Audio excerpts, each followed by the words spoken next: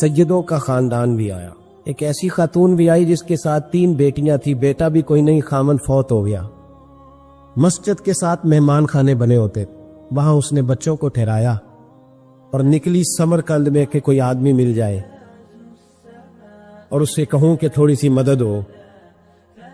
وہ چلتے چلتی ایک سیٹھ کے پاس، رئیس کے پاس پہنچی۔ جن لوگوں کے پاس دولت آتی ہے نا، وہ کئی دفعہ سخت جملے کہنے لگتے ہیں جو اللہ کو پسند نہیں آتے۔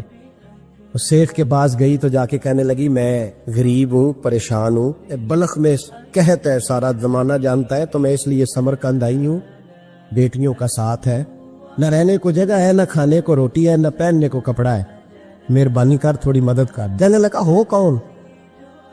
تو اس سید زادی نے کان آگے کر کے، ہاں کسی پہ بھی حالات سخت آ سکتے، اللہ سے ڈرنا چاہیے، کان آگے کر کے نہ کہنے لگی میں سید زادی اور یہاں میرا اپنا کوئی نہیں، مہربانی کر۔ تو وہ سیٹھ صاحب، چودھری صاحب کہنے لگے مجھے کیسے پتا چلے گا تو سید ہے؟ تو سید زادی نے اپنا پلو کھولا اور اپنے آنسو دونوں آنکھوں سے صاف کیے تو کہنے لگی اللہ تیرا بھلا کرے، میں ثابت نہیں کر سکتی کہ میں حضور کا خاندان، میرے پاس کوئی دلیل نہیں، میں نہیں بتا سکتی، چل ٹھیک ہے، چلی گئی۔ کسی نے بتایا کہ یہاں کوئی یہودی بھی رہتا ہے، وہ بڑا سخی ہے، یا آتش پرست ہے، یا پارسی ہے کافر غیر، سخی بڑا ہے۔ اس کے پاس گئی، بیٹھی رہی، لوگ بیٹھے تھے، جب چلے گئے تو قریب گئی، کہنے لگی مجبور ہوں، پریشان ہوں، غریب نہیں ہوں۔ کہنے لگا بی بی تجھے کبھی دیکھا نہیں، سمرقند کی اتنی آبادی نہیں، میں سارے شہر، تو کون ہے؟ تو کہنے لگی تعارف نہ ہی پوچھے تو اچھا ہے۔ اس نے کہا چلو اگر پتہ چل جائے تو۔ کہنے لگی میں مسلمانوں کے نبی کی اولاد ہوں۔ مسلمانوں؟ اس نے کہا پیغمبر خدا کی اولاد۔ اٹھ کے کھڑا ہو گیا، بی بی کو ساتھ لیا، گھر گیا، کہنے لگا جو صاف ستھرا کمرہ ہے نا اسے پھر دھو ڈالو، ایک دفعہ پھر دھو ڈالو۔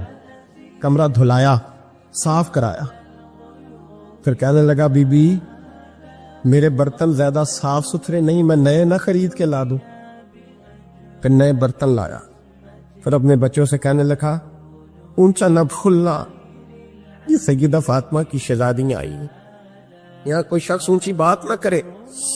پھر کہنے لگا بی بی جو میرا بالکل طیب اور حلال رزق ہے نا، یہ اس میں سے لنگر ہے، لیکن چونکہ میں غیر مسلم ہوں، مجھے سلیقے نہیں آتے، جیسا تیسا بھی ہو نا اسے قبول کر لینا۔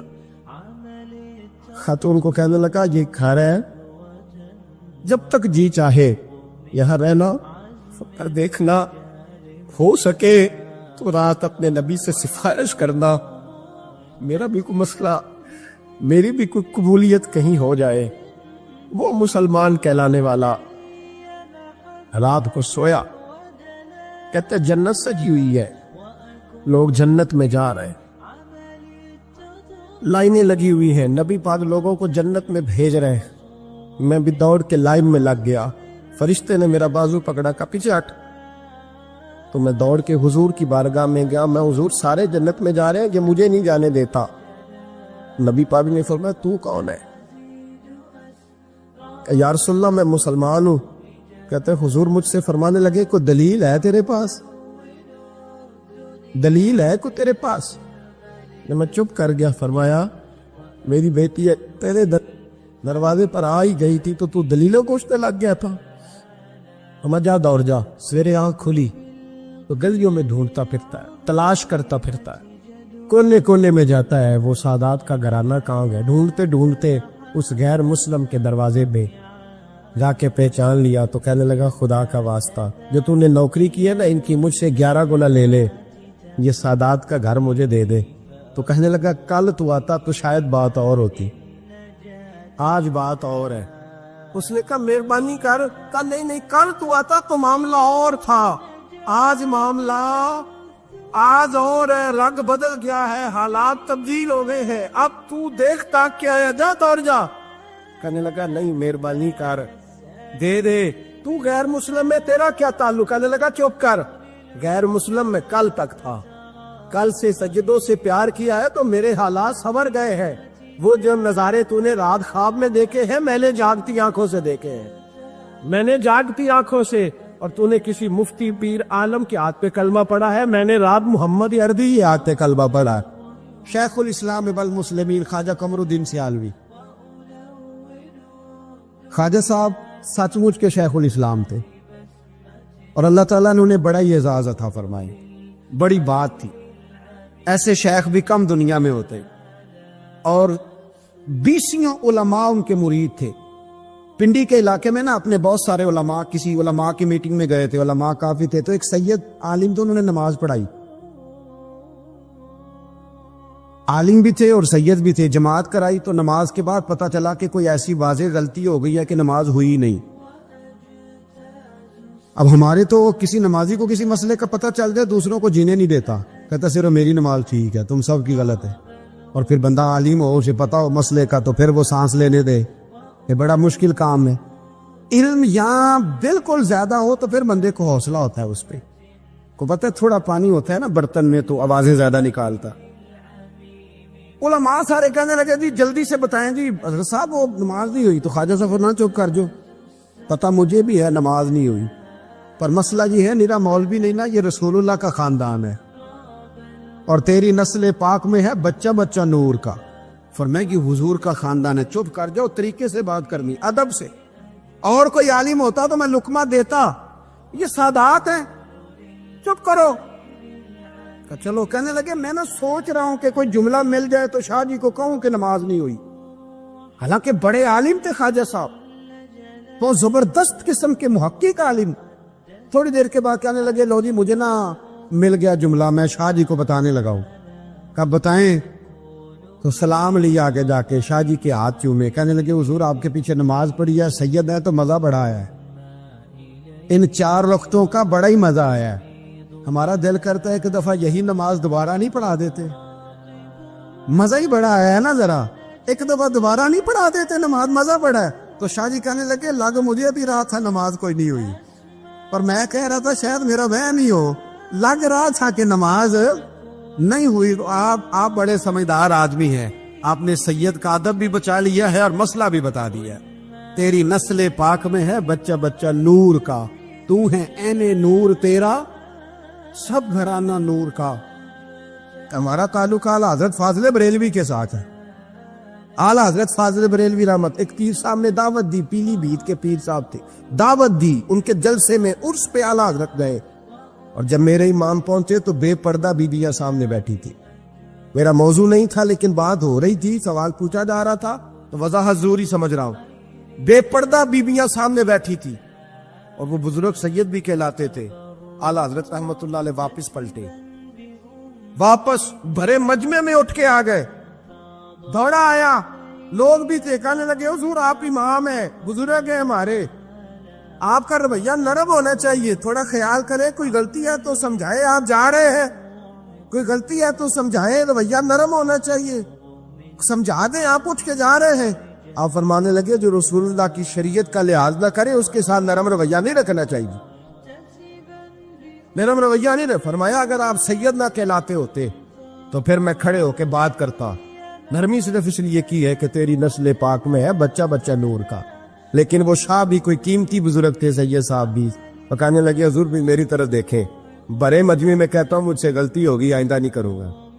اور پھر میرے امام کی شان دیکھیں, جب شاہ صاحب نے بڑے مجمع میں کہا غلطی ہو گئی آئندہ نہیں کروں گا, تو لوگوں نے دیکھا کہ کروڑوں سنیوں کا تنہا امام زمین پہ جھک گئے اور سید کے پیر چومنے شروع کر دیے. فرمانے لگے اگر آپ غلطی مانتے ہیں تو میں بھی رسول اللہ کی اولاد کا نوکر ہوں. تو میرے بھائی یاد رکھے, ایسے ہی تھوڑا آد ہے, ہم کوئی ایسے گرے پڑے لوگ نہیں جس مرضی آدمی کو اٹھ کے ماننا شروع کر دے. ہماری عقیدت بڑی غیرت مند ہے, ہمارے نظریات بڑے پختہ ہیں, اور ایک منٹ کے لیے بھی ہمیں کوئی شرمندگی نہیں, پار کے ادھر پھینکتے. ہم کیا سمجھتے ہیں کسی کے درجنوں مرید ہو یا لاکھوں مرید ہو, ہمارے لیے کسوٹی رسول اللہ کی شریعت ہے, نبی پاک کا دین معیار ہے. حضرت سلطان باہو رحمت اللہ تعالیٰ علیہ کے ایک خادم ہوئے, ان کا اصل نام امیر بابا لکھا ہے بعض جگہوں پہ, لیکن ان کو کڈن میاں, کڈن میاں, بڈھے میاں, کئی ناموں سے یاد کیا جاتا ہے. بڑے درویش تھے, صاحب حضوری آدمی تھے. اکثر لوگ دم درود کرانے آتے تھے ان کے پاس. بزرگوں کے پاس لوگ آتے ہیں, اللہ کے بندے دعا کرتے ہیں تو اللہ خیر فرما دیتا ہے. آج کل کا زمانہ نہیں, اب تو دکانداری ہے نا, ٹوکن چلتے ہیں, تو اللہ تعالیٰ خیر کرے. حالات بڑے عجیب و غریب ہے. تو ان کے پاس لوگ آیا کرتے تھے دم کرانے. انہوں نے نا دور ایک برتن رکھا ہوا تھا, تو کوئی آدمی آتا تو تھوڑا سا اس میں نذرانہ ڈالتا, نذرانہ حضرت جی میرا یہ کام ہے, یہ کر دیں. وہ خلیفہ تھے حضرت سلطان باہو کے. وہ گردن جھکاتے, تھوڑی دیر کے بعد سار اٹھاتے, کہتے تیرا کام ہو جائے گا. صحیح مسلم کی حدیث ہے, نبی پاک نے فرمایا رب اشغاز اکبر لو اقسم علی اللہ لابرہ. اللہ کے کچھ بندے ایسے ہیں جو اللہ کو قسم بھی دے تو اللہ ان کی قسم پوری کر دیتا ہے. ان کے کپڑے مٹی سے بھرے ہوتے ہیں, پر اللہ کو کہہ دیں تو اللہ کر دیتا ہے. حضرت سلطان باہو کے وہ خلیفہ کہتے ہو جائے گا تو ہو جاتا. پھر کوئی بندہ آ کے کہتا جی نذرانہ ڈال دیا تو کام گردن چکاتے, کہتے اپنے پیسے نکال کے لے دا, تیرا کام کوئی نہیں ہونا. ایک دفعہ کچھ سید زادیاں آ گئیں, انہوں نے آ کے نا اس زمانے میں 100 روپیہ سمجھ لے کہ آج کل ₹1,00,000 بابا جی کے نذرانے والے گلے میں ڈالا اور آ کے کہا کہ بابا ہمارے نا ایک بچے کو سزائے موت ہو گئی اور حلفاً بتاتے ہیں کہ ناجائز پھانسی کا حکم ہوا ہے, تو تیری رب رسول کی بارگاہ تک رسائی ہے, مہربانی کا, سیدوں کا بچہ ہے, مہربانی کا. بابا جی نے گردن چکائی اور کہا اپنا 100 روپیہ نکال کے لے جاؤ. مشکل ہے بچہ بچے تو میں کچھ نہیں کر سکتا. سید آدمیاں تھی, روتی ہوئی لوٹ گئی. بچے کی نانی زندہ تھی, ان کو جا کے بتایا تو وہ رونے لگ گئی, کہنے لگی تمہیں بات نہیں کرنی آئی. اللہ کے بندے بڑے نرم دل ہوتے, تمہیں منانا نہیں آیا, ورنہ یہ ہو سکتا تھا. میں جاتی ہوں. وہ آئی, 100 روپیہ ڈالا اور بابا جی امیر صاحب کے پاس بیٹھ کے کہنے لگی بابا بات یہ ہے کہ ہم سید ہے سارا ہمارے گھرانے کا, پر چلو آج تک رسائی تیری ہے. آج کل تیرے تعلقات مضبوط ہیں تو مہربانی کر, کوئی غلط بات نہیں, بچے کو پھانسی غلط ہو رہی, مہربانی کر. بابا کہنے لگا اماں میرے بس میں نہیں, میں بھی تو اللہ کا کمزور بندہ ہوں نا, مالک کا کمزور بندہ ہوں. کو ضروری نہیں, دعا پہ فضل ہوتا ہے, اگر اس کی مشیت ہو تو پھر بندہ کیا کر سکتا ہے. تو اماں یہ کام نہیں ہو سکتا. تو اماں رونے لگ گئی, کہنے لگی کوئی نہیں, میں قیامت کے دن حضور کی بارگاہ میں تیری شکایت کروں گی. میں کہوں گی کہ میں نے بتایا تھا میں سید ہوں, اس نے توجہ ہی نہیں کی, میرا کوئی خیال ہی نہیں کیا. بابا صاحب فرمانے لگے اماں پیسے نہ نکالنا, جا تیرا کام ہو جائے گا, جا تو ہو گیا تیرا مسئلہ ہو جائے گا. وہ آپ پیسے رکھتے تھے تو سال کے بعد 6 مہینے کے بعد جا کے حضرت سلطان باہو کو دے کے آیا کرنے. وہ وہاں لنگر میں یا کسی جگہ خرچ کرتے. جس دن اس بچے کی پھانسی کا وقت تھا نا, تو وہ بابا جی حضرت سلطان باہو کے پاس چلے گئے. حضرت سلطان باہو کے مزار پہ جو دوست گئے ہیں یا میرے ساتھ گئے ہیں وہ جانتے ہیں کہ گڑھ موڑ سے یوں مڑتے ہیں, آگے دربار ہے, تو گڑھ موڑ پہ حضرت سلطان باہو ان کے استقبال ان کو وہاں پتہ چل گیا کہ وہ آ رہا ہے. آئے دروازے گڑھ موڑ تک, مرید ساتھ تھے. تو حضرت سلطان باہو کہنے لگے یار تو نے اچھا نہیں کیا, اپنے خلیفے تو نے اچھا نہیں. کہنے لگے حضور چارہ کوئی نہیں تھا, سید زادیاں آ گئی تھی, حضور کا خاندان تھا, میں کیا کرتا. مرید کہتے ہمیں سمجھ نہیں آ رہی کہ یہ کیا ہو رہا ہے. کہنے لگے مجبوری تھی, کیا کرتا, کدھر جاتا, حضور کا خاندان تھا. کہا تو نے اچھا نہیں. کہتے ہمیں نہیں سمجھ آ رہی کہ تو نے اچھا نہیں کیا. وہ کہتے ہیں حضور کا خاندان تھا, اس کا معنی کیا ہے.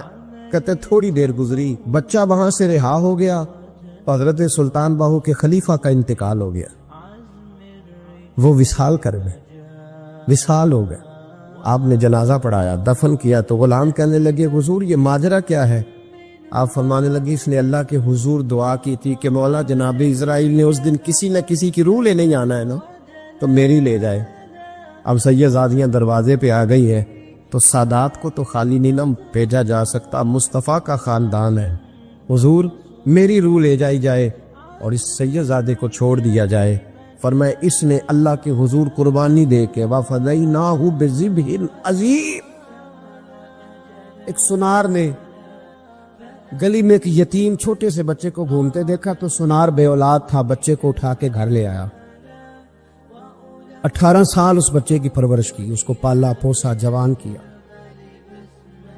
سنار کے پاس وہ دکان پہ چلا جاتا, وہ کئی دفعہ دکان پہ رہتا, کئی دفعہ گھر میں رہتا. ایک دفعہ وہ دکان پہ تھا, بچہ گھر تھا, 18 سال کا جوان. اس کی بیوی اکیلی تھی. وہ جس نے ماں بن کے پالا تھا اس نے اسی پہ حملہ کر دیا, اس کا بازو بری نیت سے تھاما. بیوی چیخی. تھوڑی دیر گزری تو وہ نوجوان پیروں میں بیٹھ گیا, کہنے لگا اماں پتہ نہیں مجھے کیا ہوا. شام کو سنار آیا, بیوی چیخنے لگی، چلانے لگی، کہنے لگی آج عجیب بات ہوئی، جس کو میں نے جگر کا خون دے دے کے پالا اسی نے گندی نظر ڈالی۔ سنار محو حیرت ہے، بیوی کا خیال تھا کہ لات اٹھائے گا، ڈنڈا اٹھائے گا، نوجوان کو مارے گا، لیکن وہ رونے لگ گیا۔ اس نے کہا آج اس نے میرا بابو تھا، میں جانے کیا کیا ہے۔ پریشان ہونے لگ گیا، سجدے میں گر گیا، کہا تو بتاتا کیوں نہیں؟ تو وہ سنار کہنے لگا اس کی غلطی نہیں، 18 سال کے بعد آج مجھ پر بھی شیطان سوار ہوا تھا۔ ایک عورت آئی تھی، اپنے بازوؤں میں چوڑیاں پہننا چاہتی تھی، تو میں نے بھی گندی نظر سے ہاتھ ڈالا تھا، رب کریم نے مجھے فوراً اس کی سزا دی۔ جن کے گھروں میں بیٹیاں ہوتی ہیں ان کی نظریں گندی نہیں ہوتی، جو بیٹیوں کے باپ ہوتے ہیں، جو بہنوں کے بھائی ہوتے ہیں، ان کی نظریں گندی۔ اور اگر تو ٹیلی فون کرتا ہے، تو کسی عورت کے ساتھ تعلق رکھتا ہے، تو یہ بات لکھ لے، امام فخر الدین رازی 1، علامہ اسماعیل حقی 2، ملا جلال الدین رومی 3، امام خازن 4، امام جلال الدین سیوطی 5 حدیث کے استاد اور محدث لکھتے ہیں کہ اگر تو کسی پر گندی نظر ڈالے گا تو تیرا گھر بچ سکتا ہو، یاد رکھ نہیں بچے، اس لیے کہ تیری نظر کسی کی بیٹی کو بیٹی سمجھ، تاکہ تیری بچی کا پردہ قائم رہے، کسی کی بہن کو۔ یہ کیا بات ہوئی کہ تو جتنا مرضی کند معاشرے میں پھیلاتا رہے تیرا گھر بچا رہے؟ یہ کیسے ہو سکتا؟ فَإِنَّ لَهُ مَعِيشَةً ضَنْكَ، اللہ فرماتے ہیں زندگی تنگ ہو جائے گی تیرے لیے مشکل، تو ڈھونڈتا پھرے گا کہ میں مرنے کو جگہ تلاش کروں۔ سچی توبہ کریں، کھری توبہ کریں۔ یہ گناہ انسان کو مجبور کر دیتے۔ حضرت عبداللہ بن مبارک رحمت اللہ تعالی علیہ، ان کے سینکڑوں شاگرد تھے، ایک شاگرد کے انتقال کا وقت آیا تو گھر گئے ملنے۔ آپ کہتے ہیں میں نے زور لگا لیا پر اس کی زبان پر کلمہ جاری نہیں ہوا۔ میں اسے کہتا کلمہ پڑھ پر اس کی زبان پر جاری۔ اللہ اکبر، بہت بڑی نعمت ہے۔ دعا فرمائیں اللہ ایمان کی موت عطا فرما، ایمان کی موت دے اللہ کریم، ایمان کی موت دے۔ ایسے بھی لوگ دیکھیں، مسجد نبوی ہے، رسول اللہ کا شہر ہے، سر سجدے میں ہے، روح پرواز کر گئی، روح پر وقت۔ کتنا نصیبوں والا ہے، کتنا نصیبوں والا ہے کہ مسجد نبوی میں سر سجدے میں رکھا ہے، اور اللہ تبارک و تعالیٰ نے محبوب کے قدموں میں موت عطا فرمائی۔ تو حضرت عبداللہ بن مبارک کہتے ہیں میں نے اس کو کہا کلمہ پڑھ، تو اس کی زبان پہ جاری نہیں ہوتا۔ میں بار بار کہتا تو وہ منت کرتا، کہتا حضور میں کوشش کرتا ہوں جاری نہیں ہوتا۔ فرماتے میں پریشان ہو کے اٹھا، ابھی میں دروازے پہ پہنچا تھا، اس نے چیخ ماری اور روح پرواز کر دی۔ بچے رونے لگے، بیوی رونے لگی، تو میں نے اس کی بیوی سے کہا کہ یہ جرم کیا کرتا، اتنا بڑا پاپی پہ کلمہ جاری نہیں ہوا۔ اس کی زوجہ کہنے لگی حضرت جی 2 گناہ تھے اس کے، ایک تو یہ شراب کا عادی تھا، روکتی تھی باز نہیں آتا تھا، اور دوسری بات یہ کہ یہ اپنی اماں کا نافرمان تھا، وہ 2 گلیاں چھوڑ کے رہتی ہے، یہ کبھی ملنے نہیں گیا تھا۔ اس بوڑھی کا کلیجہ اس کی طرف سے بڑی تکلیف میں تھا۔ تو حضرت عبداللہ بن مبارک کہنے لگے جا تو بھی دعا کر، اس کی ماں کو بھی کہہ دعا کرے کہ یہاں تو یہ کلمہ نہیں اسے نصیب ہوا، اللہ کرے اللہ آخرت کی منزلیں اس کی بہتر فرما دے۔ میرے بھائی ایسے گناہ حضرت مالک بن دینار نے توبہ کی، توبہ کی انہوں کس طرح؟ فرماتے میں نشے کا عادی تھا، کسی نے مجھے کہا کہ بطور دوائی شراب پی لو تو میں نے پی لی، نشے کا عادی تھا، شراب پیتا تھا۔ اللہ تعالیٰ نے بڑی منتوں اور کوششوں کے بعد، منتوں کے بعد ایک بیٹی عطا فرمائی، وہ بھی 2.5-3 سال کی ہوئی تو پردہ کر گئی۔ کہتے میں اس کی قبر پہ بیٹھ کے گھنٹوں روتا، شراب کا عادی تھا۔ ایک دن سویا تو خواب دیکھتا ہوں کہ میرے پیچھے ایک بڑا سانپ لگ گیا، اور سانپ جب منہ کھولتا ہے تو انگارہ نکلتا ہے۔ میں پھر دعا کرتا ہوں اللہ ہمیں معاف فرمائے، اللہ ہم سے درگزر۔ میں کچھ قبرستانوں میں جاتا ہوں تو میں وہاں سانپ بچھو پھرتے ہوئے دیکھتا ہوں، اور ڈر آتا ہے کہ ہم یہاں آنے والے ہیں۔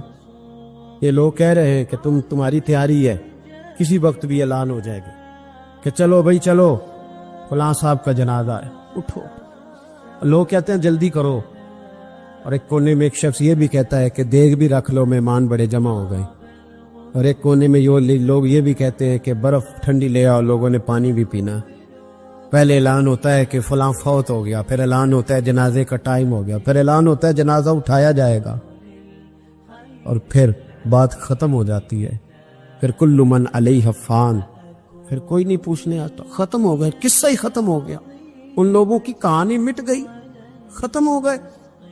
بڑے بڑے کج کلا، کوئی پوچھنے والا نہیں. موت کا راج ہے، راج ہے موت کا راج. موت راج کرتی ہے بس، اور کسی کا راج نہیں. وہ راج کرتی ہے، جدھر جاتی ہے اسی کا راج ہے، راج کر رہی ہے. حضرت مالک بن دینار کہتے قبرستان میں نے دیکھا، میں خواب دیکھتا ہوں، بڑا اژدہا، اس کے منہ کے اندر آگ میرا پیچھا کر رہا ہے. کہتے میں خواب دیکھ رہا ہوں. میں دوڑا، لیکن وہ اژدہا جب میں دوڑا تو میرے آگے آ کے کھڑا ہو گیا. میں مشرق کو دوڑا تو وہاں بھی آ گیا، مغرب کو دوڑا تو وہاں بھی آ گیا. جناب مالک بن دینار کہتے ایک بوڑھا شخص کمزور مجھے بچانے آیا، پر اس اژدہا نے پھونک ماری تو وہ بوڑھا آدمی دور جا گرا. کہتے میں چیختا تھا، چلاتا تھا. ایک پہاڑی پہ میں بھاگا گیا تو وہاں مجھے میری بیٹی ملی، مجھے فوت ہو گئی. وہ اس اژدہے کے آگے اس نے یوں ہاتھ کیا تو اژدہا پیچھے بھاگ گیا. میں نے بیٹی کو گود میں اٹھایا، میں نے کہا بیٹی یہ کون تھا؟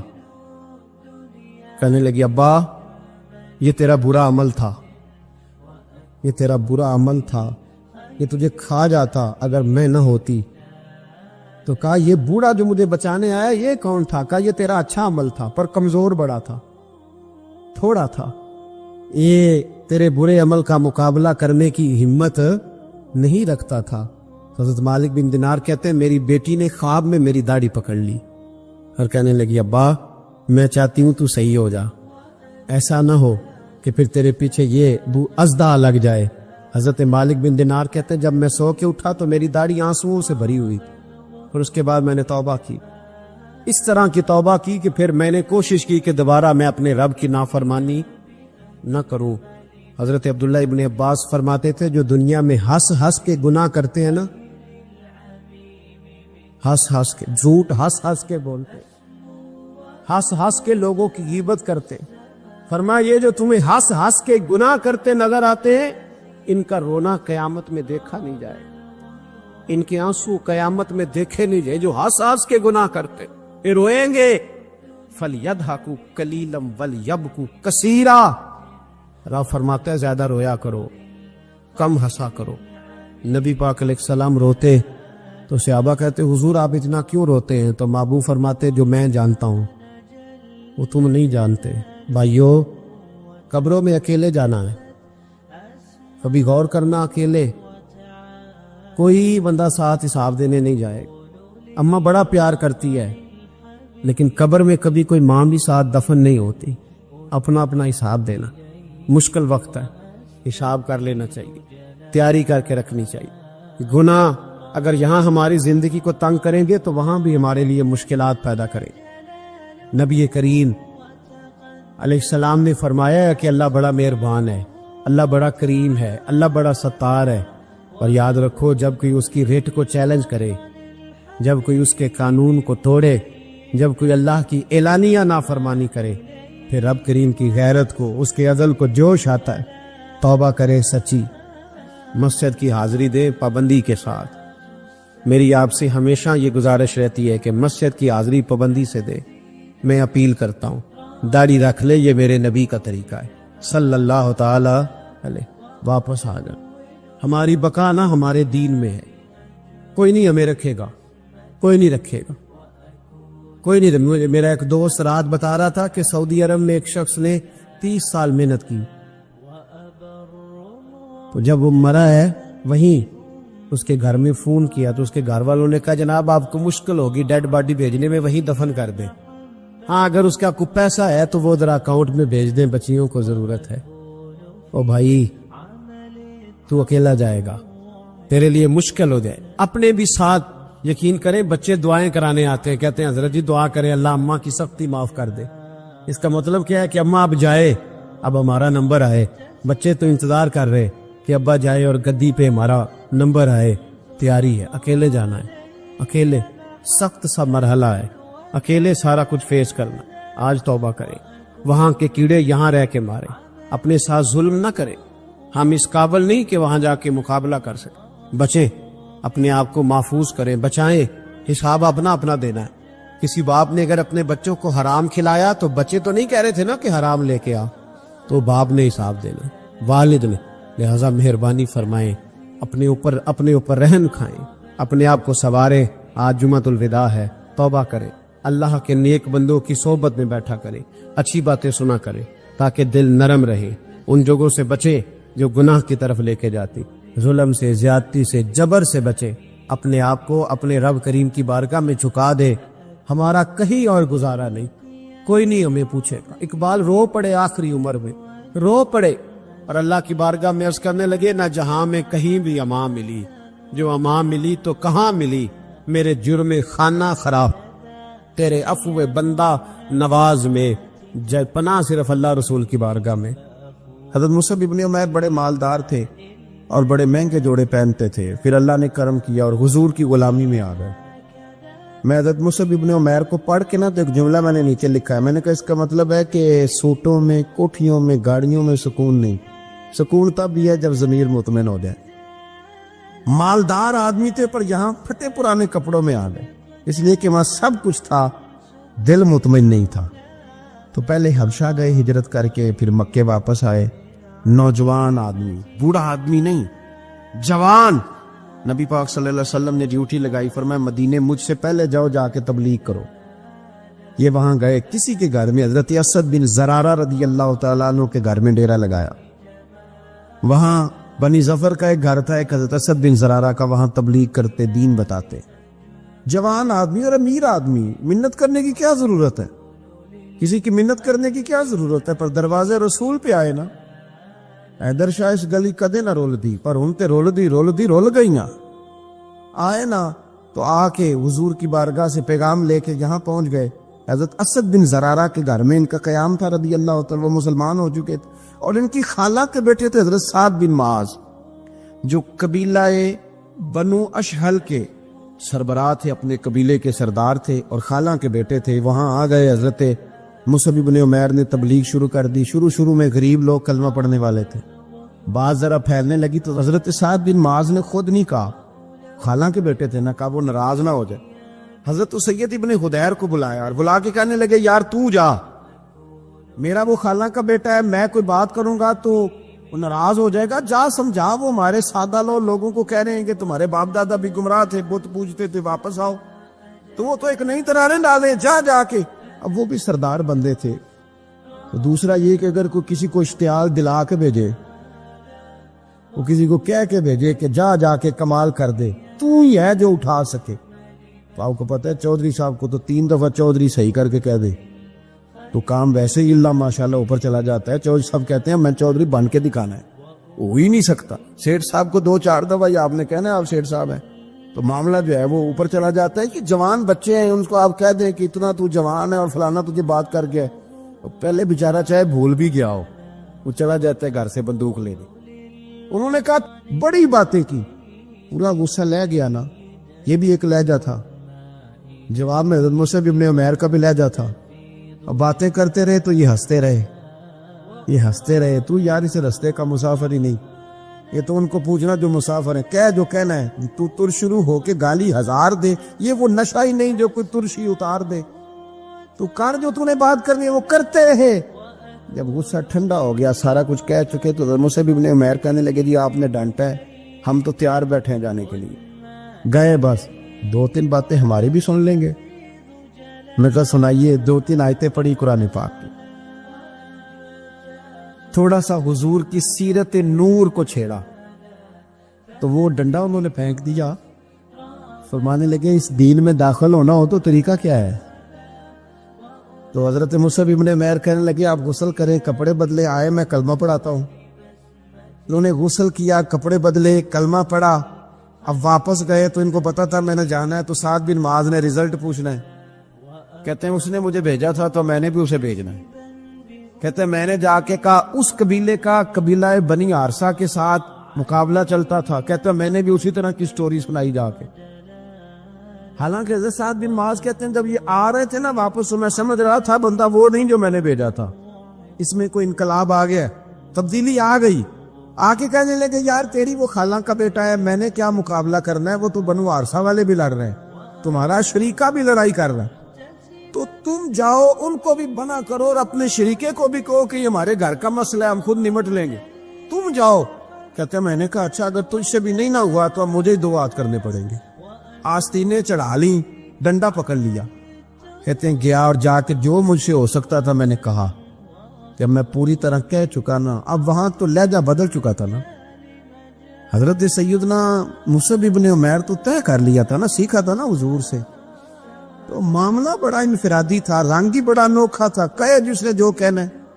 اب یہاں تو معاملہ دوسری طرح کا ہوگا، پوری کہتے ہیں میں نے بات کر لی، تو وہ میں نے کہا جاتے ہو کہ نہیں، کہنے لگے تھی جانا ہے، جانا کیوں نہیں، تاری ماڑ اڑانا باہو اسی تے اگے ہی اڈن آ رہے، تیار بیٹھے ہمیں مدینے والے نے کہا تھا حبشہ جاؤ تو گئے تھے، واپس مکے آؤ تو آئے تھے، اب یہاں بھیجا ہے تو تاری مار اڑانا باہو اسی تے اگے ہی اڈن ہارے۔ آپ نے فرمایا جانا تو ہے، اور آپ کہہ رہے ہیں جاؤ تو ہم جاتے ہیں، لڑائی نہیں کرتے، پر 2-3 باتیں ہماری بھی سن لو۔ حضرت سعد بن معاذ کہنے لگے سناؤ، تو مصعب ابن عمیر کا لہجے کا حسن، لہجے کی خوبصورتی، لوگ کہتے ہیں جی آپ کے پاس ایسا کیا ہے، تو بھی جواب یہ ہے کچھ تو ایسا ہے نا جو تمہارے پاس نہیں، کچھ تو ایسا ہے نا، تو جاؤ ٹٹولو سوچو پتہ کرو، کچھ تو ایسا ہے نا جو تمہارے پاس نہیں ہے، وہ تلاش کرنا چاہیے کہ جو کہیں اور نہیں ہے، اور اگر نہیں تمہارے پاس تو وہ حاصل کرو، پیدا کرو۔ حضرت سیدنا مصعب ابن عمیر نے 2-3 آیتیں سنائیں، حضور کی باتیں سنائیں، تو سن کے صحابہ کی باتیں جب لوگ مسلمان ہوتے تھے، پھر سرور عالم کی یارو گفتار کا عالم کیا ہوگا۔ انہوں نے 2-3 باتیں سنائی تو حضرت سعد بن معاذ بھی مسلمان ہو گئے۔ اب واپس گئے، ایک قبیلے کے سردار تھے، اور یہ وہ لیڈر تھے جن پر قبیلہ جان دیتا تھا۔ سارے لیڈر اس طرح کے نہیں ہوتے کہ قوم کا ایک خائن ہے، بددیانت ہے، لیڈر تھے پر قبیلہ جان دیتا تھا۔ جا کے کھڑے ہوئے قبیلے والوں کے پاس، کہنے لگے میرے بارے میں تمہارا کیا خیال ہے؟ انہوں نے کہا سردار کوئی پوچھنے والی بات ہے، یہ تو ہماری کو نیکی ہے کہ آپ جیسا سردار ملا ہے۔ فرمانے لگے مجھ سے پیار کرتے ہو؟ حضرت جی بڑا۔ فرمایا مجھ پر تمہارے ساتھ آج کے بعد کلام حرام ہے۔ کہا کیوں؟ کہنے لگے اتنی دیر کلام نہیں کروں گا جتنی دیر تم مدینے والے رسول کا کلمہ پڑھ کے مسلمان نہیں ہے۔ اللہ تعالیٰ نے ارشاد فرمایا کہ الذی خلق الموت والحیات لیبلوکم ایکم احسن عملا، فرمایا ہم نے موت اور حیات کو اس لیے پیدا کیا ہے تاکہ پتہ چلے تم میں اچھے کام کون کرتا ہے، بہترین عمل کون کرتا ہے، سوسائٹی میں، معاشرے میں اچھا کردار کون چھوڑ کے جاتا ہے۔ نبی پاک صلی اللہ علیہ وسلم کے ایک صحابی حضور کی بارگاہ میں بیٹھے تھے، تو حضرت اسرائیل علیہ السلام حاضر خدمت ہو گئے۔ عرض کی یا رسول اللہ صلی اللہ علیہ وسلم، ہم آپ کے نا اس غلام کی روح قبض کرنے والے ہیں تھوڑی دیر تک۔ تو سرکار نے فرمایا تیرا بلاوا آ گیا میاں، کوئی پریشانی نہیں اس صحابی کو۔ کہ ہمارے ہاں بہت سارے لوگ نفسیاتی مریض ہو جاتے ہیں، قبر کے دروازے بند ہیں، کھڑکیاں بند ہیں، ہوا نہیں جاتی، بالکل نہیں جاتی، اس کے لیے جس نے قبر کو کبھی یاد ہی نہیں کیا، جو سارا دن بندے ہی راضی کرتا رہا، کسی کا ولیمہ ہو، کسی کا جنازہ، کسی کو فاتحہ، فقط اللہ کے لیے نہیں، بندوں کے لیے سارا دن یہی کام کرتا رہا، تو قبر میں اندھیرا تو نظر آئے گا۔ لیکن جس نے دنیا سے چھپ چھپا کے رات مصلے پہ بھی عبادت کی اور مٹھی میں بند کر کے کسی غریب کو نذرانہ دیا، تو آپ یقین کریں کہ اس کو تو پھر ماں پردیس سے آنے والے پتر کا اتنا زیادہ استقبال نہیں کرتی جتنا بندہ مومن کا رب کی رحمت قبر میں استقبال کرتے۔ حضور نے فرمایا قبر المومن روضۃ من ریاض الجنہ، کھڈا تو کسی اور کے لیے، فرمایا مومن کی قبر جنت کے باغوں میں سے باغ ہوتی ہے، مومن کی قبر جنت کے باغوں میں سے۔ میری بات کی سمجھ آ رہی ہے آپ حضرات کو؟ تو قرآن مجید کے ساتھ جب دلچسپی ہوتی ہے، جب ذوق ہوتا ہے، امام راضی نے لکھا ہے کہ نبی پاک صلی اللہ تعالی علیہ وآلہ وسلم نے اپنے صحابی سے فرمایا بھائی تھوڑی دیر کے بعد تیری روح قبض ہو جائے گی۔ ان کو کوئی پریشانی نہیں، بڑے مطمئن رہے، بڑے مطمئن، مٹی دیں تے مٹی رہ نہیں، ایمی کا دی بلے بلے، اج مٹی دے اتے بندے آتے کل مٹی دے تھلے، وہ مطمئن ہے، وہ تیار بیٹھے تھے، بالکل تیار. ہلکی سی بات عرض کی یا رسول اللہ صلی اللہ علیہ وسلم وقت آ گیا ہے، بس آپ مجھے وہ کام بتائیں جو میں کرتا ہوا دنیا سے جاؤں تو رب کریم میرے لیے جنت کا فیصلہ فرما دے. وہ یہ آپ بتا دیں. نہ دوڑ کے گھر گئے، نہ کوئی وصیت لکھنے گئے، وہیں بیٹھے. حضور حکم کر دے کیا کروں؟ تو نبی پاک صلی اللہ تعالی علیہ وسلم نے فرمایا جا قرآن کے صفحے اٹھا کے لا، تو بیٹھ کے پڑھ اور میں تجھے پڑھاتا ہوں. فرمایا قرآن مجید سیکھتا سکھاتا دنیا سے جا، رب بغیر حساب کتاب جنت عطا فرمائے گا. آپ یقین کریں نوجوان زندگی بتا لیتے ہیں اپنی، لیکن مسلمان ہوتے ہیں نا، اندر ایمان تو ہوتا ہے. تو پھر جب آنکھ کھلتی ہے تو کہتے ہیں دل کرتا ہے قرآن پاک پڑھنے، طبیعت چاہتی ہے قرآن پاک پڑھنے. اگر انہیں وقت پہ سکھا دیا جائے، ان کی توجہ کرا دی جائے، ان کا پیار ڈالا جائے. جب ہماری طبیعت ہوتی ہے نا لیکچر دینے کو، تو پھر ہم گھر کے اندر آ کے لیکچر شروع کرتے ہیں بچوں پہ. ہم کہتے ہیں تم نماز نہیں پڑھتے اس لیے میری روزی میں برکت کوئی نہیں، تم سویرے قرآن مجید نہیں کھولتے تو ساری بے برکتی. ہمارا پروگرام بن جاتا ہے نا لیکچر دینے کا، شروع ہو جاتے. حالانکہ اس طرح نہیں بچے قرآن مجید پڑھیں گے، اس طرح تھوڑی نماز پڑھیں گے. بہترین طریقہ یہ ہے کہ آپ مصلی بچھا لیں گھر میں. نبی پاک علیہ السلام نے فرمایا کچھ نفل گھر میں بھی پڑھا کرو، اپنے گھر کو قبرستان نہ بنا لینا. یہ مشکات میں موجود. سرکار کے گھر کا دروازہ مسجد میں کھلتا تھا، لیکن حضرت عائشہ صدیقہ فرماتی ہیں پھر بھی تہجد کی نماز اللہ کے رسول صلی اللہ علیہ وسلم اپنے گھر کے اندر ادا فرماتے تھے اور ساری رات کھڑے رہتے تھے. حضور نے نا لوگوں کو سمجھایا تھا. پہلے لوگ کسی عقیدے کے قائل ہی نہیں تھے. محبوب نے سمجھایا کہ دنیا مختصر ہے. حضور نے بتایا کہ مرنے کے بعد ہمارے لیے جو قبر ہے اس کو صرف ایک پہلو نہ سمجھ لینا، وہ گڑھا بھی ہے دوزخ کا، لیکن وہ جنت کا باغ بھی ہے. نبی پاک نے لوگوں کو ایجوکیٹ کیا، تعلیم دی، سمجھایا کہ تم ایک نظریاتی زندگی گزارو. فقط یہ 50-60 سال کی کل زندگی نہیں، یہ تو تمہیں بھیجا گیا ہے کام کرنے کے لیے، کاشتکاری کرنے کے لیے. مرنے کے بعد تم نے اس کاشتکاری کا پھل کاٹا. تو اب یہ تعلیم اتنی راسخ ہو گئی لوگوں کے دلوں میں، اور صرف لوگوں کو نہیں سمجھایا. وہ ہمارے یہاں پیران عظام یہ کرتے، لوگوں کہتے ہیں فقیر ہو جاؤ، فقیر ہو جاؤ، فقیر ہو جاؤ. لوگ فقیر ہوتے جاتے ہیں اور پیر صاحب امیر ہوتے جاتے ہیں. وہ مالدار ہوتا جاتا ہے، لوگوں کو فقر کا سبق پڑھاتا جاتا. نبی پاک علیہ السلام نے لوگوں کو جب یہ کہا نا کہ زندگی چند روزہ ہے، تو یہ تعلیم لوگوں کو تو دی، لیکن اپنا حال یہ تھا ایک وقت روٹی کھائی اور 3 وقت فاقہ کیا. محبوب نے چٹائی پر آرام فرمایا. حضور موٹے بان کی چارپائی پہ لیٹے، موٹے بانے پہ، اور یہ عمر فرماتے میں تبن سخت تھا، لیکن حضور کی کمر پر جب میں نے چارپائی کے نشان دیکھے تو میں رو پڑا.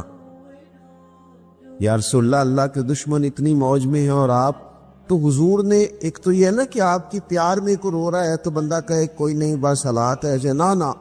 محبوب نے نظریہ بیان کیا. نظریہ فرمایا عمر تم پسند نہیں کرتے کہ وہ تھوڑی سی دنیا میں آسانی دیکھیں اور آخرت میں رسوا ہو جائیں، اور ہم دنیا میں تھوڑی سی مشکل دیکھیں اور آخرت کی ساری عزت اللہ ہمیں ہی عطا فرما دے. تو حضور تعلیم دیتے، سمجھاتے، قائل کا دلیل دیتے، لوگوں کو سمجھ آتے، اور وہ پھر شعور اتنا بلند ہوا، اتنا بلند ہوا، اتنا بلند ہوا، یقین، علم الیقین تک سے شروع ہو کر عین الیقین تک پہنچا اور حق الیقین تک پہنچا کہ حضرت انس بن نضر رضی اللہ تعالیٰ عنہ احد کے میدان میں جب موجود تھے نا، تو جنت کی باتیں سن سن کے، وہ تعلیم لے لے کے، قلبی واردات اس طرح کی ہو گئی تھی کہ میدان احد میں کھڑے ہو کے لوگوں سے کہہ رہے تھے نہ ادھر جاؤ، ادھر واپس آؤ، مجھے تو احد پہاڑ کے دامن سے جنت کی خوشبو آ بھی رہی ہے، جنت کی خوشبو آ رہی ہے. تو تعلیم کا کچھ نہ تھوڑا سا سیکھنے کا ماحول بنائے. ہمارے ہاں الجھنیں بہت زیادہ ہیں. ایک لمبی تعداد ہے لوگوں کی جو ہر وقت ذہنی کشمکش کا شکار رہتی، ایک تناؤ ہے، ایک الجھاؤ ہے۔ میں گزارش کرتا رہتا ہوں بزرگوں سے تو نہیں، جو دوست احباب ہیں علماء کی جماعت میں، کہتا ہوں کہ لوگوں کے جو مسائل ہیں اس پر گفتگو کی جائے، لوگوں کو ذہنی آسودگی کا موقع میسر آئے، انہیں پتہ چلے کہ یہ ہمارا اصل مسئلہ ہے۔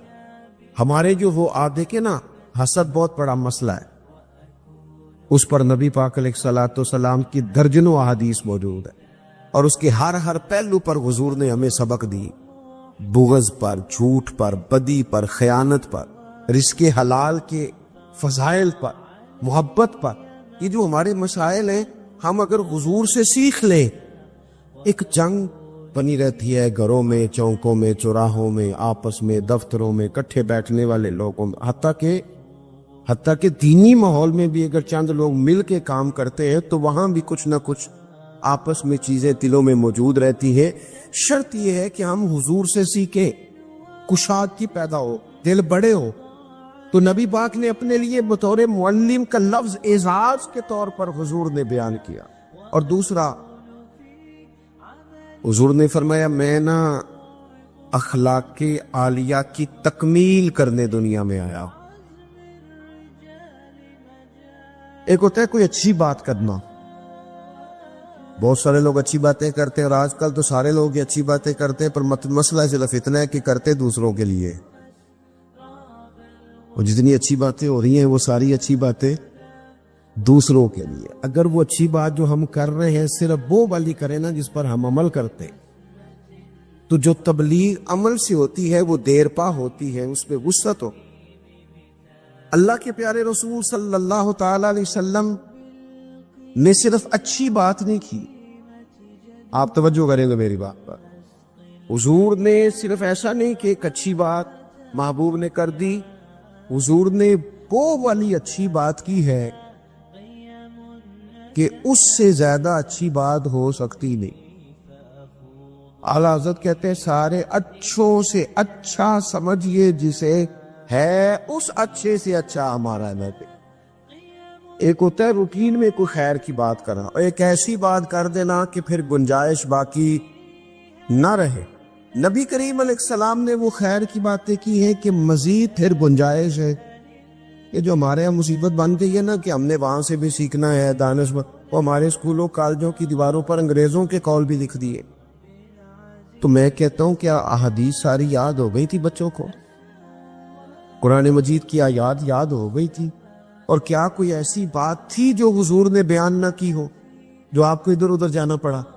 اللہ کے پیارے رسول صلی اللہ تعالی علیہ وسلم نے تکمیل کر دی اخلاق عالیہ، بلندی اخلاق جہاں تک جا سکتے تھے وہ ساری چیزیں حضور نے ہمیں دی ہیں۔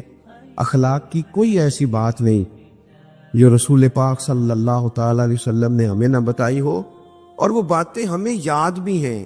بس مسئلہ یہ ہے کہ تقریریں، میں آج کل یہ دیکھتا ہوں کہ آپ آ جائیں، آپ یہاں بھی بیان کر دیں، آپ تھوڑا وہاں بھی کر لیں، تھوڑا وہاں بھی کر لیں۔ تو میں یہ اکثر کہتا ہوں دوستوں سے کہ اگر تو تقریریں ہیں فقط کانوں کی لذت کے لیے، پھر تو سارا دن سنو، اور اگر عمل کے لیے ہے نا تو پھر میرا خیال ہے 20 منٹ اگر کسی نے کوئی بات سن رکھی ہے تو عمل کے لیے کافی ہے، وہ عمل کے لیے کافی ہے۔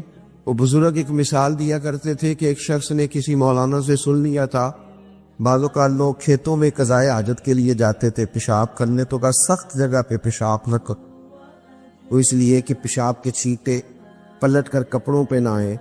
تو اس بیچارے نے وہ مسئلہ سن لیا، وہ سنانے والا نہیں تھا نا عمل والا تھا، اس نے پھر نہ اپنی رومال میں ریت باندھ کے کندھے پہ رکھ لی، جہاں اسے قضائے حاجت کا موقع آتا وہ پہلے ریت رکھتا، اس میں وہ پیشاب کرتا تاکہ میرے کپڑوں کو۔ تو کسی نے کہا چل دوبارہ محفل میں جانا ہے، کچھ سننا ہے، تو کہنے لگا نہ بھائی بس، وہ جو ایک مسئلہ سنا تھا اس کے لیے کندھے پہ ریت اٹھائے پھرتا ہوں۔ یہ ایک سادی بات ہے لیکن سمجھنے کے لیے ہے، اگرچہ آپ ہنسے پر سمجھنے کے لیے ہے نا، کہ جن کا عمل کرنے کا مزاج تھا وہ تو یہاں تک تھے، اور جن کا خیال جی کہ اب ویکھیا ساڈی محفل ہوئی، پھر راتی پھر آ مزہ گیا ہے، او ہو کیا آپ نے اور میں نے یہی تو کام کیا ہے۔ نبی کریم نے بلند اخلاق سکھائے. ایک حدیث اگر میرے ملک میں نافذ ہو جائے نا، ایک بس، تو سارے مسئلے حل. ایک بات اور لمبی چوڑی نہیں، حضور کو جو اللہ نے جواب میں کلمہ عطا فرمائے ان میں سے ایک بات، اللہ کے پیارے رسول علیہ السلام نے فرمایا میرا مومن وہ ہے. اتنی بڑی بلند اخلاق کی بات ملے گی نہیں آپ. فرمایا میرا مومن وہ ہے جو اپنے لیے پسند کرتا ہے وہی اپنے بھائی کے لیے بھی پسند کرتا ہو. نو ختم ہو گئی بات. آج کے بعد زندگی میں یہ ایک بات طاری کر لو، ایک صرف، کہ جو اپنے لیے پسند کرنا ہے وہی اپنے. کوئی ملاوٹ ہوگی، کوئی آدمی غلط چیز بیچے گا، کوئی غلط چیز بنائے گا، کوئی خرابی پیدا ہوگی. کیوں کہ اس نے نا، میں دکان پہ ایک دفعہ کپڑے خریدنے کے لیے بیٹھا تھا تو ایک صاحب کہنے لگے پیر صاحب یہ لے لیا تو میں بھی پایا ہے. میں کیا سارے نو یو دیا کر جڑا آپ پالا ہے. دیکھو نا یہ کیا بات ہوئی، آپ کو پہچان ہے نا کہ یہ کپڑا ٹھیک ہے تو آپ باقیوں کو خرید، آپ مارکیٹ سے لے کے ہی وہی آئیں گا جو آپ سمجھتے ہیں کہ یہ لوگوں کے لیے. کیوں ہم اس طرح کا کام پر کیوں نہیں ہم سمجھتے کہ یہ غیر نہیں ہے، یہ ہمارے اپنے لوگ ہیں. یہ کیسے ہو سکتا ہے کہ کسی کے بچوں کو آپ ملاوٹ والی چیز کھلائیں اور بیماریاں آپ کے گھر نہ آئیں. داتا گانجی بخش علی اجمیری رحمت اللہ تعالی علیہ آپ فرماتے ہیں کہ حضرت جنید بغدادی کا مرید تھا. 4 دن پیر صاحب کے پاس آیا تو بعد میں خود پیر بن گیا. وہ حضرت صاحب رحمت اللہ تعالیٰ نے دیکھا آ نہیں رہا. مرید اولاد ہوتے، ان سے پیار ہوتا ہے، ان کو اہمیت دی جاتی ہے. اور بعض اوقات غلط فہمی کا شکار بھی ہو جاتے ہیں. اہمیت دی گئی، یار نظر نہیں آ رہا. آپ نے سوچا شاید بیمار ہو گیا ہے.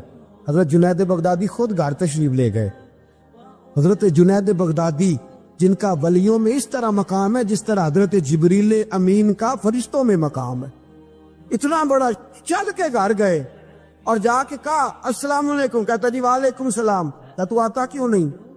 تو مجھے اب آپ کی ضرورت ہی نہیں، میں اب خود بڑا پرہیزگار ہوں، مجھے کیا ضرورت ہے میں کسی کو اپنا بڑا مانوں، میں خود بڑا پرہیزگار ہوں. فرمایا ہوا کیا؟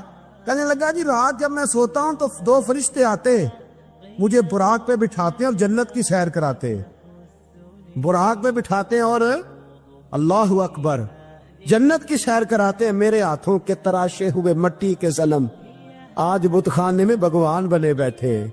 میرے ہاتھوں کے تراشے ہوئے مٹی کے صنم، دیکھو تو صحیح، آج بت خانے میں بھگوان بنے بیٹھے. اور رائے پوری کہنے لگے وہ پتھر جن کو سکھائی تھی قوت گویائی ہم نے، وہ جب بولنے لگے تو ہم پر ہی برس پڑے. بولنے لگے تو وہ ہم پر ہی برس پڑے. کہنے لگا جی اب تو میں اللہ خیر کرے بڑا اونچا اڑ رہا ہوں، آپ کبھی گئے جنت میں؟ آپ مسکرا پڑے.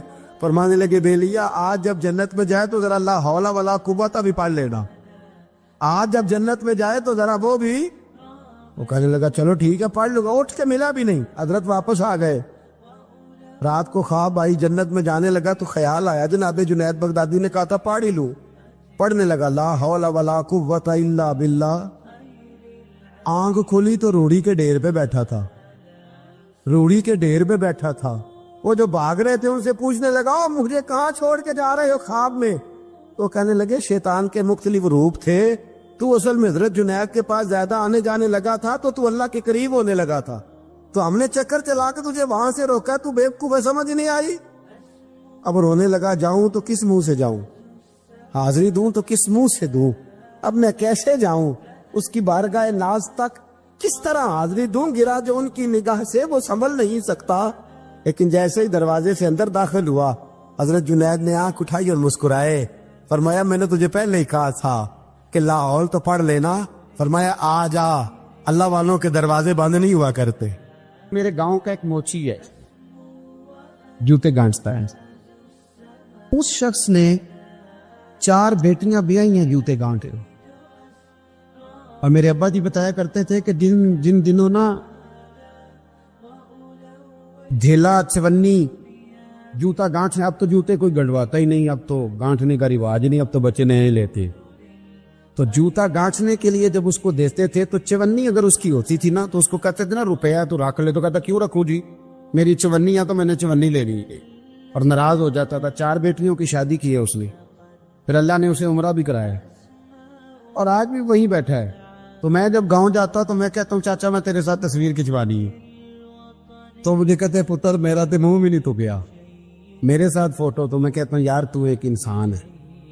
نہیں، حضرت معاویہ بن حکم رضی اللہ تعالیٰ عنہ کہتے ہیں میں نے حضور کی مسجد شریف میں نماز پڑھی تو ایک شخص کو نا چھینک آئی، یہ بھی بخاری مسلم میں موجود، تو میں نے نماز میں کہہ دیا یرحمک اللہ، یہ چھینک آنے کا جواب ہوتا ہے، میں نے یہ نماز میں کہہ دیا، تو بہت سارے لوگ مجھے گھورنے لگ گئے،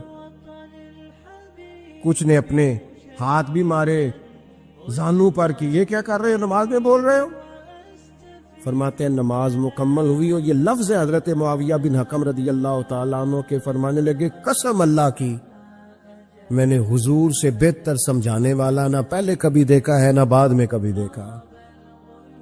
فرماتے ہیں نہ حضور نے مجھے مارا نہ ڈانٹا، بلکہ جس طرح ایک بچے کو گویا ٹریٹ کیا جاتا ہے، سمجھایا جاتا ہے، حضور فرمانے لگے اللہ کے بندے نماز میں کوئی اور بات نہیں کرنی چاہیے، صرف اللہ کی تسبیح پڑھنی چاہیے، اس کے اسماء کا ذکر کرنا چاہیے یا قرآن۔ اللهم صل على محمد وعلى آل محمد كما صليت على إبراهيم وعلى إبراهيم إنك حميد مجيد اللهم بارك على محمد وعلى آل محمد كما باركت على إبراهيم وعلى آل إبراهيم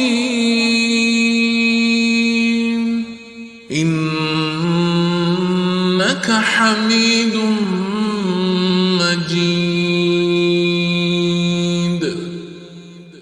پاک پڑھنا چاہیے، نماز میں کوئی اور کلام کرنے کی اجازت نہیں ہے۔ ہمارے ہاں لوگ دینی مسئلہ سمجھاتے ہیں تو اتنا ان کے مزاج میں تلخی ہوتی ہے بعض اوقات، اللہ ماشاءاللہ کچھ لوگوں کی طبیعت اتنی کرخت ہوتی ہے، بچہ نماز پڑھ رہا ہے اور حاجی صاحب اس کے ساتھ کھڑے نماز پڑھ رہے ہیں، لیکن وہ اس کو کھڑا کر رہے ہیں تو یوں کندھے سے ہلا کے تینوں آج تک نہیں پتا نماز ہے کہ یا دین سکھا رہے ہیں۔ یہ اخلاقی رویہ دین سکھانے کا، یہ لب و لہجہ دین سکھانے کا، قطعاً ایسا کوئی کام نہ کریں۔ میں تو یہ مدارس کے اساتذہ سے بھی کہتا رہتا ہوں، میں کہتا ہوں نبی پاک نے کبھی کسی کو نہیں مارا، آپ بچوں کو ڈانٹے کریں کچھ، لیکن وہ رویہ آپ اختیار نہ کریں جس کی دین اجازت نہیں دیتا۔ تو اخلاقیات میں ان چیزوں کا ضرور خیال کریں۔ ایک روایت اور عرض کر دوں آپ کو، حضرت جابر بن عبداللہ رضی اللہ تعالیٰ عنہ فرماتے ہیں میرے والد احد میں شہید ہو گئے تھے، میرے ذمے بہنوں کا بوجھ بھی تھا اور قرضہ بھی تھا۔ اللہ کے محبوب علیہ السلام نے مختلف طریقوں سے مختلف انداز میں میرے اوپر کرم نوازیاں فرماتے۔ نوازنے کا طریقہ، آپ نہ کسی کو نوازیں بہانے بہانے سے۔ میں نے بعض بزرگوں کو دیکھا ہے کسی بچے کو ادارے میں خانقاہ میں کمزور دیکھتے، اس ریلا بھی نہیں ہے، اسے کہتے چل پتر نہ سنا، اور نہ سنا رہا ہے تو اسے نذرانہ دے رہے ہیں، چل بیٹے تلاوت سکھ سنا، چل تقریر سنا، کسی بھی طریقے سے اس کو تسلی ہو رہی، اور اس طرح کا رویہ نہ اپنایا جائے کہ وہ مانگنے والا بن جائے۔ یہ اخلاقی بلندی ہوتی ہے آپ کی کہ آپ کسی شخص کو بہانوں سے نوازیں، اس طرح کا ماحول نہ بنائیں کہ آپ اسے کہیں کہ چونکہ تو کمزور ہے، غریب ہے، فقیر ہے، لہذا تجھے دے رہا ہوں۔ حضرت جابر بن عبداللہ فرماتے ہیں، اور یہ بھی آپ کو مسلم شریف میں ملے گا، فرماتے ہیں کہ جنگ میں حضور کے ساتھ تھا، میرا اونٹ بڑا کمزور ہو گیا، بیمار ہو گیا، چل نہیں رہا تھا، حضور میرے قریب آئے اور پیچھے آ کے فرمانے لگے اسے بھگاتا کیوں نہیں؟ میں نے کہا حضور بیمار ہے کیسے بھگاؤں؟ تو نبی پاک نے نا اونٹ کو ایک درہ لگایا اور گویا پیغمبر اعظم نے حکم دیا، نبی رحمت نے، نبی اکرم نے حکم دیا، فرمایا اونٹ بھاگتا کیوں نہیں؟ وہ جو سب سے پیچھے تھا وہ سب سے آگے نکل گیا۔ واہ کیا جود و کرم ہے شہ بتہا تیرا، اور نہیں سنتا ہی نہیں مانگنے والا تیرا۔ سرکار نے حکم دیا، وہ اونٹ سب سے آگے نکل گیا۔ اب حضور گھوڑا دوڑا کے آگے آئے، فرمانے لگے جابر یہ اونٹ میرے ہاتھ بیچ نہیں دیتا، وہ بیمار تھا حضور کے حکم سے بھاگا ہے، فرمایا بیچ نہیں دیتا۔ کہا نہیں یا رسول اللہ آپ ویسے ہی رکھ لیں، فرمایا نہیں میں پیسے دوں گا۔ یا رسول اللہ آپ کا یہ ہے، فرمایا نہیں آپ قیمت بتائیں۔ حضور ٹھیک ہے اتنے کا اونٹ ہے، میں مدینہ طیبہ جا کے آپ کی خدمت میں پیش کر دوں گا۔ حضرت جابر ابن عبداللہ فرماتے ہیں حضور نے مجھ سے اونٹ خریدا، مدینہ طیبہ پہنچ کر نبی پاک صلی اللہ تعالی علیہ وسلم نے سیدنا بلال حبشی سے فرمایا جابر کو اونٹ کی قیمت بھی دے دو اور کچھ پیسے زیادہ بھی دے دو۔ فرماتے ہیں مجھے اونٹ کی قیمت بھی مل گئی، کچھ پیسے زیادہ بھی مل گئے، اور جب میں حضور کی بارگاہ میں حاضر ہوا اونٹ پیش کر کے اور قیمت لے کے جانے لگا تو حضور فرمانے لگے جابر جانا نہیں، قیمت بھی تیری ہے اونٹ بھی تیرا ہے۔ نبی پاک نے وہ اونٹ بھی تحفے میں مجھے واپس دے دیا۔ یہ اخلاقی رویے کی بلندی کہ کسی شخص کی غربت میں اسے نوازنا، لیکن اس طرح کا نوازنا کہ اسے محسوس نہ ہو۔ حضرت عمار ابن یاسر رضی اللہ تعالیٰ عنہ کے پورے خاندان کو کفار نے گھیر لیا، مارنا پیٹنا شروع کیا، آپ کو بھی، آپ کے بھائی کو بھی، آپ کی والدہ کو بھی، آپ کے والد کو بھی، اتنا مارا کہ لہو لوہان کر دیا، زخم پہ زخم کھا کے جی خونے جگر کے گھونٹ پی اور آہ نہ کر لبوں کو سی، یہ عشق ہے کوئی دل لگی نہیں، یہ آزمائش حسن ہے اگر کسی کو راہ خدا میں آئے۔ سیدنا عمار ابن یاسر کی والدہ کو اس طرح مارا کہ ان کی ایک ٹانگ ایک اونٹ کے ساتھ باندھ دی، دوسری کے ساتھ باندھ دی، اور پھر ان کو نیزے مارے حتیٰ کہ 2 حصوں میں کٹ گیا وجود، اور وہ باہمت خاتون درد سہتے سہتے اپنے رب کے حضور حاضر ہو گئی۔ پھر ان کے والد کو شہید کیا، کس کے لیے، کس کے نام پر، کس وجہ سے؟ پھر ان کے بھائی کو شہید کیا۔ پھر جناب عمار ابن یاسر وہ سخت صدمے میں تھے، پھر ان کو مار رہے، پھر ان کو مجبور کیا کلمات کفر کہنے کے لیے، ان کے منہ سے نکل گئے، انہوں نے ایسے کلمات کہہ دیے جو معاذ اللہ کفریہ تھے۔ اب اتنا زد و کوپ ہوا، تکلیف دی، بول دیا انہوں نے، لوگ دوڑے گئے نبی کریم کی بارگاہ میں، عمار تو معاذ اللہ کافر ہو گئے۔ بات بتانے والے نے تو بات بتا دی، پر جو جواب آیا وہ بڑا نرالا تھا کہ حضور اس نے کفر کیا ہے۔ محبوب فرمانے لگے خاموش ہو جا، عمار سر سے لے کر پاؤں تک ایمان ہی ایمان ہے۔ فرمایا ایمان تو اس کے خون کے اندر، اس کے وجود کے اندر، اس کے لہو کے اندر، جسم کے اندر سرایت کر گیا ہے ایمان، اور جس کے سینے میں، گوشت میں، لہو میں سرایت کر جائے وہ کیسے کافر ہو سکتا ہے؟ لیکن چونکہ انہوں نے مجبوراً یہ کہا تھا، پھر وہ خود دوڑے ہوئے آئے، عرض کی یا رسول اللہ پتہ نہیں کیا حال کر دیا کہ میرے منہ سے کلمات نکل گئے۔ محبوب فرمانے لگے تو کلمات کی چھوڑ، دل کی بتا، دل کی بتا، تیرے دل کی کیفیت کیا ہے؟ عرض کی یا رسول اللہ دل تو ہر لمحے کے لیے ایمان پر مطمئن ہے۔ تو محبوب نے فرمایا کوئی بات نہیں، پھر جان بچانے کے لیے ایسا کرنا پڑے تو حرج ہے، کوئی ڈٹ جائے نہ کفر کرے تو اعلیٰ شہید ہے، لیکن اپنی جان بچانے کے لیے کسی نے مجبور ہو کر صرف زبان سے یہ کلمات کہتی ہے تو حرج۔ حضرت عبداللہ ابن عمر رضی اللہ تعالیٰ عنہ فرماتے، ابن ماجہ میں موجود ہے، فرماتے ہیں مغرب کی نماز ہم نے پڑھی تھی اور کچھ لوگ چلے گئے اور باقی ہم لوگ بیٹھ گئے مسجد شریف میں کہ عشاء پڑھ کے جائیں گے، تو سرکار بھی چلے گئے نماز پڑھا کے، پر تھوڑی دیر کے بعد واپس آ گئے، اور اتنی تیزی سے حضور آئے کہ ظاہری طور پر سانس مبارک پھولا ہوا تھا۔ حضور فرمانے لگے کیا کر رہے ہو یہاں؟ حضور وہ ہم نماز کا انتظار کر رہے ہیں۔ فرمایا تم یہاں نماز کا انتظار کر رہے ہو اور رب فرشتوں کے سامنے تم پر فخر فرما رہا۔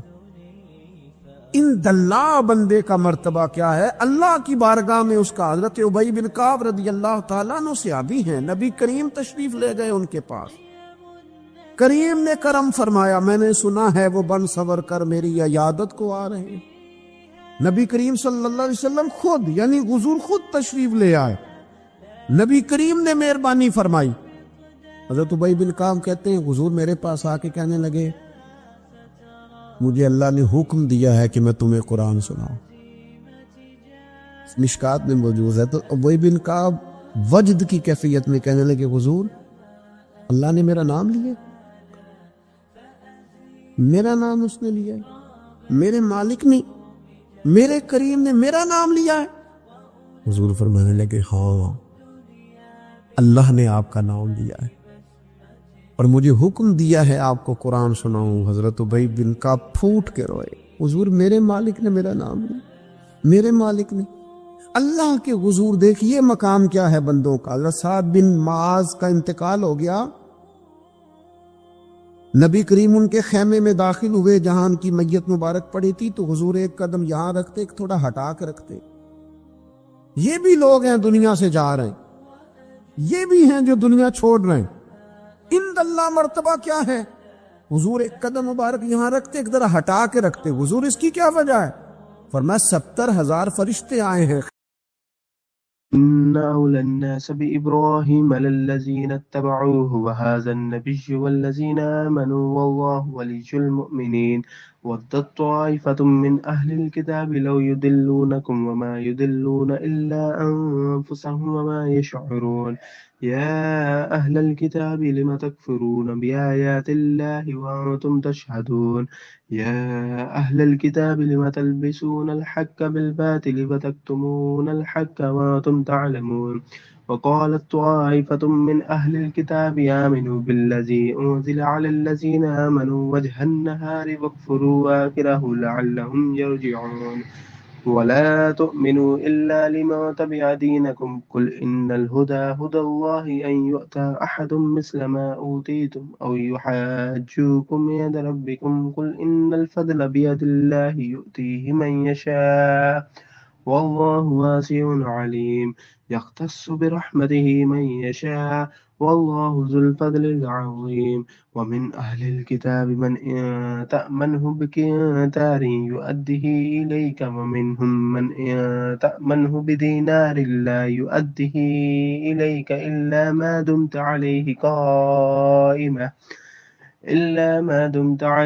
قائمة ذلك بأنهم قالوا ليس علينا في الأميين سبيل ويقولون على الله الكذب وهم يعلمون بلى من أوفى بعهده واتقى فإن الله يحب المتقين إن الذين يشترون بعهد الله وأيمانهم ثمنا قليلا أولئك لا خلاق لهم في الآخرة ولا يكلمهم الله ولا ينظر إليهم يوم القيامة ولا يزكيهم ولهم عذاب عليم وإن منهم لفريقا يلبون ألسنتهم بالكتاب لتحسبوه من الكتاب وما هو من الكتاب ويقولون هو من عند الله وما هو من عند الله ويقولون على الله الكذب وهم يعلمون۔ جنازہ اٹھا تو حضور فرمانے لگے سعد بن معاذ کے وصال سے، ان کی شہادت سے اللہ کا عرش ہل گیا ہے، اسے وجد آ گیا ہے، اتنا بڑا شخص۔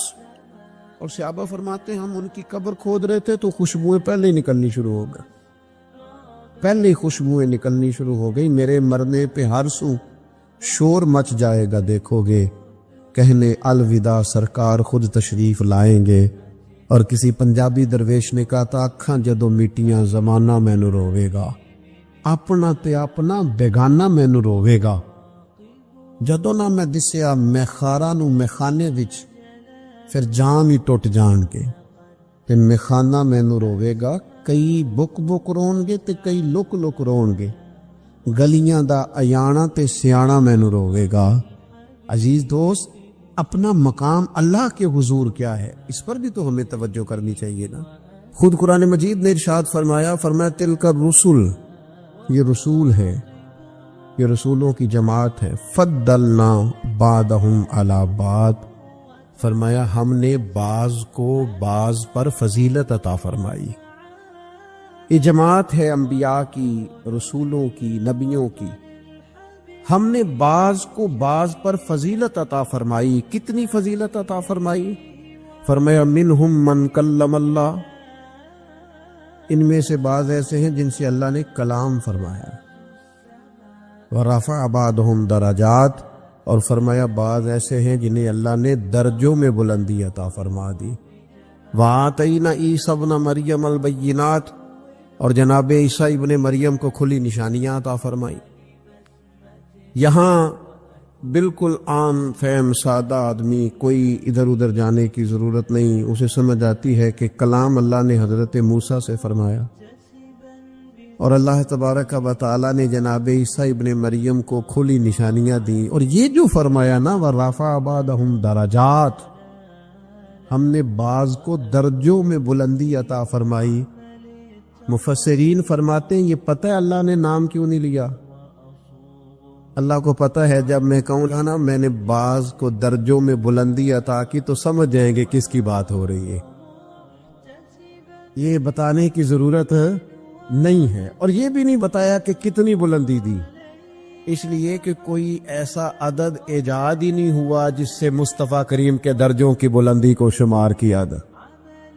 کوئی عدد بنا ہوتا نا، کوئی وہ شمار ہوتا تو اسے شمار کر لیا جاتا۔ اعلیٰ حضرت بریلوی رحمۃ اللہ علیہ کے جو بڑے صاحبزادے ہیں نا، حضرت حجت الاسلام رحمۃ اللہ علیہ، ان کا ایک شعر ہے، معراج کا واقعہ بیان کرتے کرتے وہ بیان فرماتے ہیں، کہتے ہیں وہ حضرت جبریل امین نے آ کے کہا تھا نا یا رسول اللہ چلیے، گویا اللہ تعالیٰ نے طلب کیا، وہ کسی شاعر نے کہا تھا سرے لامکان سے طلب ہوئی اور سوئے منتہا وہ چلے نبی، کوئی حد ہے ان کے عروج کی؟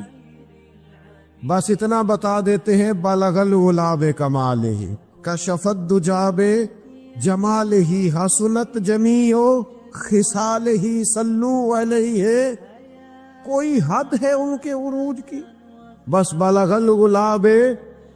تو حجت الاسلام رحمۃ اللہ تعالی علیہ فرماتے ہیں کہ حضور جا رہے ہیں، نہ بلانے والے نے نام لے کے کہا کہ کون بلا رہا ہے، نام نہیں لیا، ذاتی نام نہیں لیا، صفت سے بات کی، اور نہ یہ کہا میں نے کس کو بلایا، کتنا کہا سبحان الذی اسری بعبدہ، پاک ہے وہ ذات۔ اب میرا خیال ہے کہ ترجمے کی ضرورت، سب کو پتہ ہے کس ذات کی بات ہو رہی ہے، جس نے سیر کرائی کس کو، بعبدہ ہی اپنے بندہ ہے، نہ وہاں ذاتی نام سے بات کی نہ حضور کا نام ذکر، پاک ہے وہ ذات۔ تو حضرت حجت الاسلام فرمانے لگے طالب کا پتہ مطلوب کو ہے، اور مطلوب ہے طالب سے واقف۔ یہ بڑے لوگوں نے اس پر کلام کیے ہوں گے، لیکن بڑے باپ کے بڑے بیٹے کی بڑی بات سنیں۔ فرمانے لگے اعلیٰ حضرت بریلوی کے بڑے صاحبزادے حجت الاسلام حضرت مولانا شاہ حامد رضا خان صاحب رحمۃ اللہ علیہ فرمانے لگے طالب کا پتہ مطلوب کو ہے، اور مطلوب ہے طالب سے واقف، پردے میں بلا کر مل بھی لیا پردہ بھی رہا، سبحان اللہ۔ دیکھو پردے میں بلا کر مل بھی لیا اور پردہ بھی رہا۔